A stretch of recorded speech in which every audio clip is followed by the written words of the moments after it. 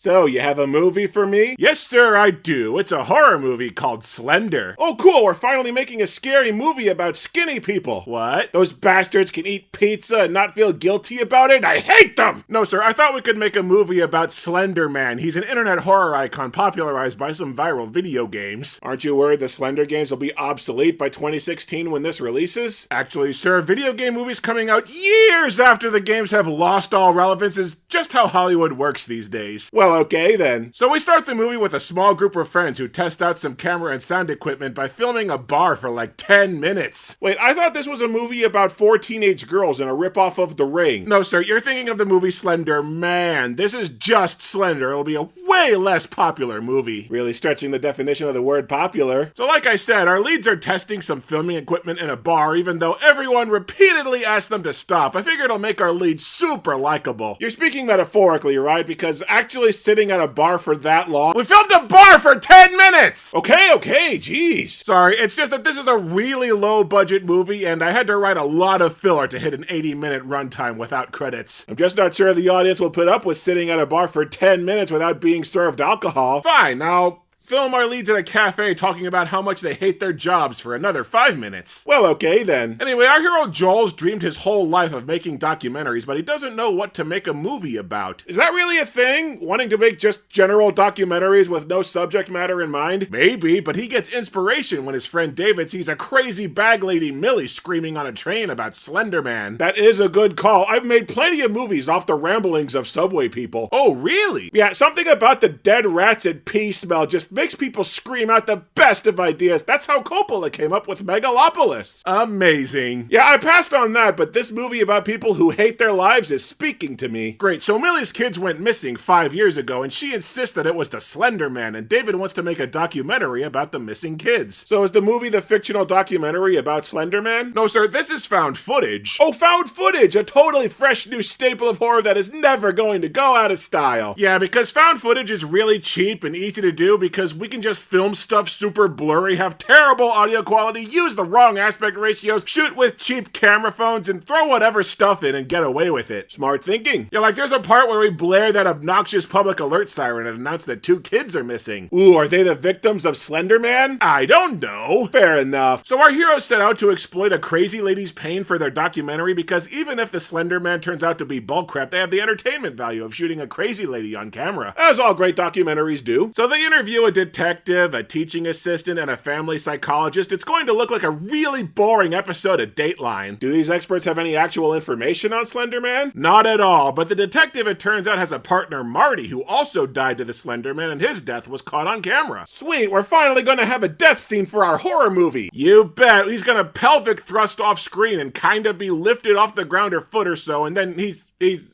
dead now. We don't see Slender Man for the first kill in the Slender Man movie? Well, I mean, we'll have a brief shot of a girl locked in a car who disappears. That's kind of creepy. I feel like a shadow demon killing a dude on screen would have been creepier. Oh, come on. We'll have a picture afterward where you can kind of almost make out a guy impaled on a tree branch after we've already said that he was in a car accident and also had blunt force trauma to the head. Wow, I can just imagine all kinds of things that may or may not have happened off screen to this guy. And someone inside the police department's gonna give the crew a disc with the truth about what happened to Marty. So what's on the disc? Well, it's,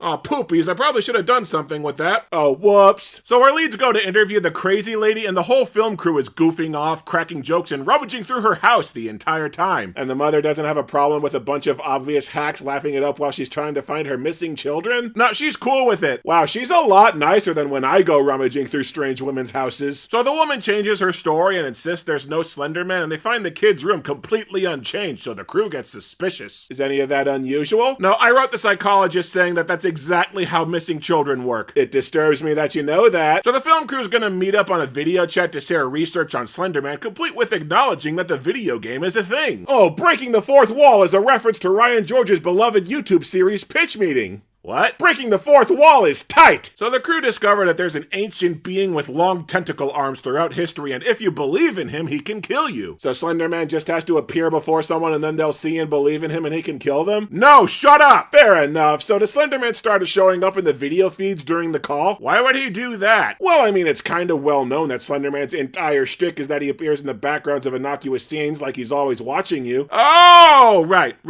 No, nothing like that ever happens. Oh, really? No matter how closely you watch the screen, the Slender Man never appears. So we're over halfway through the movie and the title monster hasn't appeared or done anything yet? Look, I gotta be honest, I didn't know that Slender Man is a copyrighted character when I started making this thing, and I really don't want to have to pay the licensing rights to use him. What? Yeah, so Slender Man can't ever actually appear on screen, and we had to go back and bleep it out anytime somebody says his name. So you're pitching me a monster movie where the monster cannot appear under penalty of law? Yeah, but we got spooky sounds edited in and some camera distortions, so like people will think he's there and gonna do stuff even though he never does. I really wish he'd do stuff. What if we have 3 fake out jump scares where it looks like Slender Man's attacking, but one's just a lighting goof and 2 are pranks? That should be enough. Great, so Joel decides to stage a prank on Millie by dressing up one of his friends and scaring her at the school. What? Yeah, he's decided that the documentary's about fear now, so they're just gonna scare an old grieving widow on camera. Seems like they still have tons of leads to follow up on Slender Man yet. No, see, the crazy old lady said there's no Slender Man, so that means they're stuck. So Joel gave up on his lifelong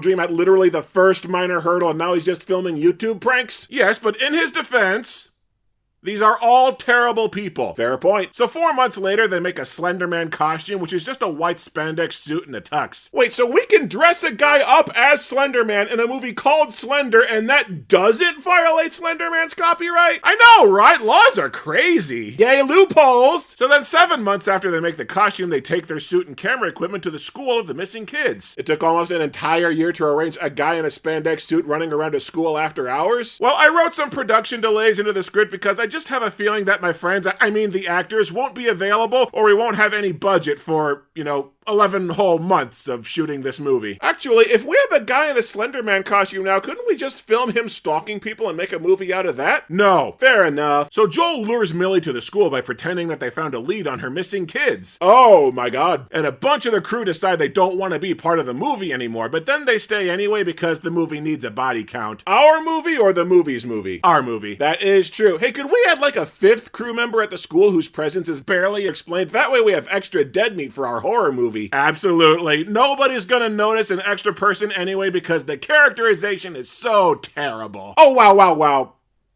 wow. So the second that Millie shows up for the prank, the actual Slender Man attacks and people start dying. How are we going to pull off monster attacks if we have no budget for kills and we legally can't show the monster? I don't think that's going to work. Actually, it's gonna be super easy, barely an inconvenience. Oh, really? Yeah, see, people will just sort of disappear one by one off screen. It's found footage, so if a person just, stops appearing, it means they're dead now. But what about our lead, Joel? He's holding the camera and we prepped the audience to want him to die painfully. Oh, see, he's just going to set the camera down and stare into it while we cut to credits with nothing happening. So, the audience can just imagine Slender Man doing whatever it is that Slender Man does, I don't know. So the cop pelvic thrusting earlier is the only actual death scene we have? Yes. And our entire climax is just annoying people shouting at each other in the dark. Well, there's also a shot where the girl crew member looks kinda possessed for a few seconds. Is that a thing that Slender Man does? It is now, and that's our movie. Well, they say that Jaws was scary because you almost never saw the monster. We could just do that, only, more of it. You don't think it'll do well? Sorry, a movie about an internet horror property just isn't gonna break box office records.